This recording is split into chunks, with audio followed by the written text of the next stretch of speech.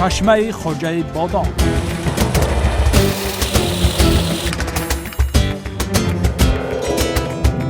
مکانی که صبح با صدای پرندگان آغاز می‌یابد. صدها معجزه‌های طبیعت را ما با چشم عادی دیده می‌توانیم.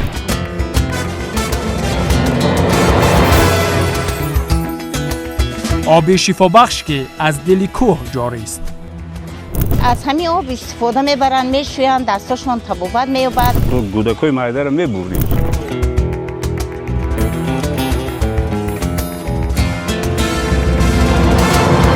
اطراف این غار قصه و روایت ها بین ساکنان اینجا زیاد است.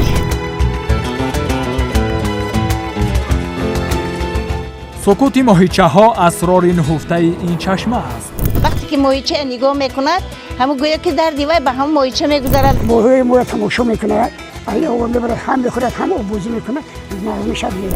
از پایان کلان که شد همین ماهی گشته اومدند اینو راه نمیتونن.